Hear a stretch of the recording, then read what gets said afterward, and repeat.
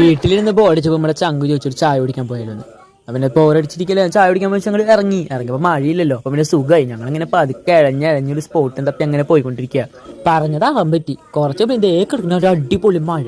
ആ മഴയത്ത് ഞങ്ങൾ അങ്ങനെ നനഞ്ഞു. പിന്നെ ഞങ്ങളുടെ ലക്ഷ്യം ചായ ആയതുകൊണ്ട് ഞങ്ങൾ അതങ്ങ് മൈൻഡ് ചെയ്തില്ല. ഞങ്ങൾ ആ സ്പോട്ടിക്ക് എന്നെ പിന്നെ ലക്ഷ്യം വെച്ച് അങ്ങ് പടച്ചു. ഒരു ജാതി വട്ട് മഴ തന്നെ.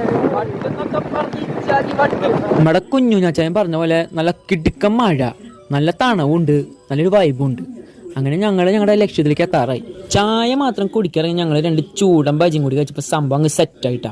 അപ്പൊ ഈ സ്പോട്ട് വരുന്ന വെച്ചാൽ നമ്മുടെ ആറാട്ടുപുഴ ക്ഷേത്രത്തിന് ഓപ്പോസിറ്റ് ആയിട്ട് വരും. കറക്റ്റ് പറയുകയാണെങ്കിൽ മുളങ്ങ് തൊട്ടിപ്പാൾ റോഡ് പോകുന്നിടത്ത് സൈഡിലായിട്ട് കാണാം. ആർക്കും വേണമെങ്കിൽ വന്ന് ട്രൈ ചെയ്യാം. ഒറ്റമൈൻറ്റുകാർക്ക് മസ്റ്റ് ട്രൈ ആയിട്ടുള്ള ഒരു ഏരിയ ആണ് കേട്ടോ. വന്ന് പൊളിക്കാം, വൈബ് ഏരിയ ആണ് കേട്ടോ.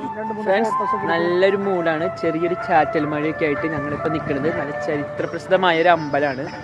പറഞ്ഞാൽ നിങ്ങൾക്ക് അറിയാം, ആറാട്ടുപുഴ ശ്രീ ധർമ്മശാസ്താ ക്ഷേത്രം. ആ ഒരു പച്ചപ്പും ആ ചായയുടെ ചൂട്, ആ ബജിയുടെ സ്വാദും ഒക്കെ ഞങ്ങൾ ആസ്വദിച്ച് ഞങ്ങൾ അങ്ങ് ഇറങ്ങി. ഒരു ചായ കുടിക്ക് ഇത്രയും ദൂരമൊക്കെ പോകണമെന്ന് ചോദിച്ചിരുന്ന ഒരാളായിരുന്നു ഞാൻ. പക്ഷെ പൊന്മാൻ സിനിമയിൽ ബേസിൽ പറഞ്ഞ ആംബിയൻസ് എന്നൊരു സാധനം ഉണ്ടല്ലോ, അതിപ്പോ കിട്ടി. ആ വൈബും കിട്ടി.